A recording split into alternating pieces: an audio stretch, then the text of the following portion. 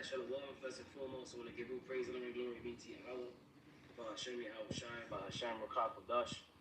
And I want to say double honors to the apostles and the elders, great millstone, looking well.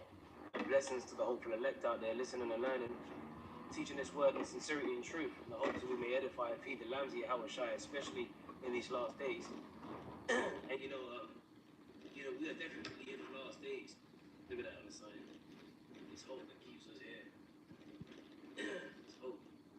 It's hope that keeps us in the truth, Let's see that just now, as I was driving past it, it's hope that keeps us in the truth, man. Hope, faith mixed with the word, Because you look at most of our people, now when I say our people, I'm talking about, the Israelites, so-called Negroes, Latinos, and Native American Indians, they actually have no hope, man. The scriptures say in Isaiah 1, I believe it's from verse 3 on down, the ox knoweth his owner, and the ass his master's crib. But Israel doth not know. My people doth not consider, So, the wicked of our people, they're going to find out, man. But, and when they find out, it's going to be too late for them to try and get right because, the prophets have been out there, giving them warning. The scripture tell you in Isaiah 58 and 1, cry aloud, spare not, lift up thy voice like a trumpet. Show my people their transgression and the house of Jacob their sins. And what's sin? Sin is the transgression of the law. And the wages of sin is death. So our people are looking crazy right now. And they're damn sure going to look, crazy when all hell breaks loose. Because they're going to have no protection once the Lord unleashes all hell upon them. Remember, we're about to enter a time like no other since it was a nation. And as you look around, majority of these people out here, they're not actually expecting that time to come upon them. That's why the scriptures call it, the day of the Lord is going to come like a thief in the night. See, people can walk around all proud, swearing their shoulders left and right, acting like the shit don't stink, especially these women, man. Especially these fucking women that disrespect men. There was a brother that told me, walking on the earth, because elder brother Ramar actually, they just walk around the earth, ruining men's lives. And that's exactly what they do. These women, they're actually known for just walking around on the earth, ruining men's lives, disrespecting men. Especially when you see that Pop the Balloon show, because I was watching, MTR's reaction, and I was watching the video that Elder Apostle 𝐏𝐫𝐸 did about MTR's reaction to a video where you had this tall Jake that came on the Pop the Balloon show, and he was getting disrespected by Big Shirley, man. And here she is. She's standing all out of shape. She's probably wearing Spanx under that tight dress. That stuff that keeps her fat from rolling out. People thinks that she's got the, and even if she was in shape, they ain't got no, right to disrespect any man. Because the man, by default, is above the woman. The scriptures call the woman the weaker vessel, man. That's actually biblical. And for all you women that got a problem with that, man, you got to take it out with the Most High. The scriptures tell you that the order of things, 1 Corinthians 11, right? That, the head of the order is the Most High Yahweh, then it's Yahweh Shai, then it's the man, then it's the woman. And the woman's supposed to guide the children at home. That's her duty.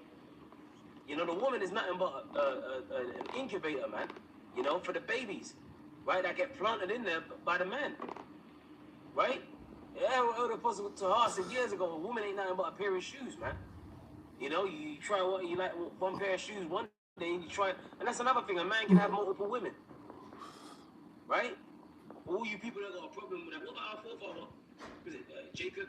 He had Leah and Rachel, and he had their handmaids as well. Okay, even our forefather Abraham, right? Okay, he had Isaac with Sarah, but he also had Hagar, the Egyptian woman. He had Ishmael, but then he had 6 sons with Keturah. That's more. Get put, in your rightful place, which is beneath the man. And I know it's on these Pop the Balloon shows. You never see Esau going on there. You never see him getting disrespected before the world. It's always, the so-called black man. It's always the Israelites that are going on that show getting disrespected by so-called black women. And it's fucking disgusting, man.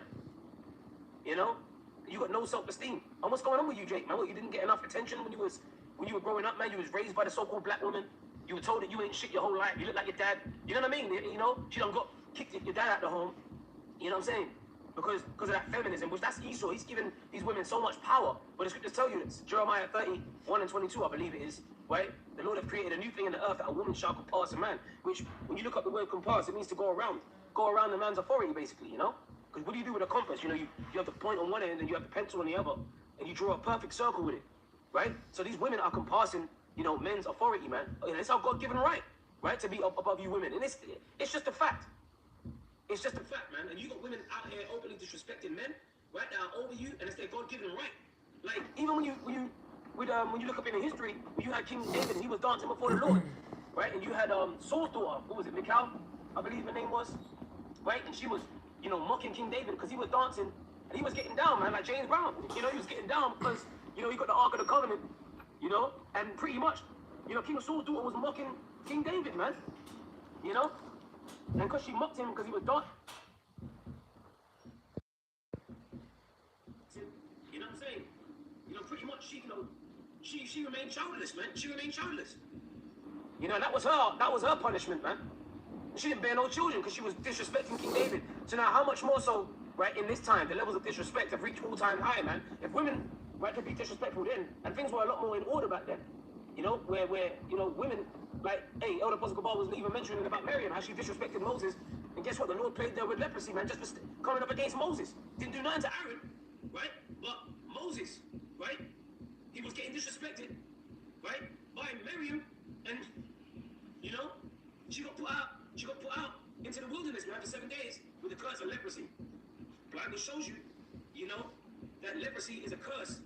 You know, in the scriptures, like, you got people glorifying leprosy right now, right? Because remember, the earth has been given into the hand of the wicked. These so-called white people, they actually have a curse called leprosy, where their blood shows fall through their skin, they lack melanin, and they got that yellow thin hair, you know, that blonde hair, blue eye. That's like the thing to look up to in this day and age. Why? Because Esau has glorified that image. All right? When in actual fact, that's actually a curse. Right? Because remember, man, leprous, she got stripped of her melanin, her pigment. All right? And she became leprous. All right? When you read in the book of, what is it, Numbers, is it? I want to say, is it Numbers or is it Exodus? Numbers. It's in one of them, Exodus 10 or Numbers, something. I can't remember exactly where it is. Right? If someone could actually put it up on the comment board, that would, you know, that would be great. You know, if you could find it. But you can read the story for yourself. You know, that's another thing. I ain't going to be getting scriptures as I'm driving, you know, because, you know, that's basically being over-righteous, man. I was watching Elder Apostle 𝐏𝐸𝐸's video, and it's like, for brothers that drive and talk, and I thought about myself. You know, you don't want to be over-righteous because, you know, getting scriptures as you're driving, because guess what? You can get yourself into an accident, man. So brothers, we have to take heed, man. And I'm thinking about myself, man. Hey, guess what, man? Like, the scripture says, examine thyself, whether I be in the faith. You know? Everything that's being said, man, you got to take it as warnings in the spirit, man. You know? Because things can happen. You ain't immune, right, to getting into some shit, you know, for your lack of being prudent. You know what I'm saying? Just for the sake of being over-righteous, you know? And I admit that, yeah, that was over-righteous.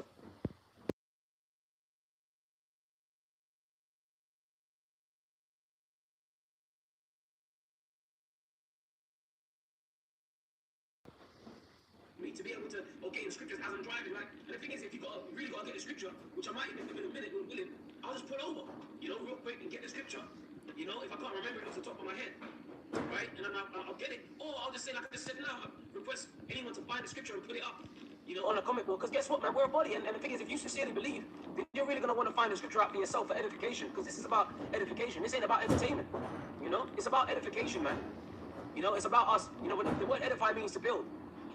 Right? But everyone should be familiar with that scripture that I quoted, or the story with Miriam and how she disrespected Moses, and she, you know, she became leprous. Right? And then Aaron was pleading and said, look, let her not be as one, you know, dead, like half dead, basically. That's so-called, you know, loosely paraphrasing, which shows you that, you know, to look like that is not healthy, man. You know? But like I said, you never see Esau going on them pop the balloon shows, man, getting disrespected before the world. You always see, because the thing is, the so-called black woman, you know, you notice she doesn't really tend to disrespect Esau like that. Why? Because they know these women are hypergamous by nature. Women in general, man, they date men, right, with power. And Esau has been given the power of the earth. So that image of the so-called white man pretty much reigns supreme over the earth. The image of the so-called black man is looked down upon. And that's a fact, man. You know? Getting followed in supermarkets, wherever you go, getting looked down upon behind your back by all these other nations.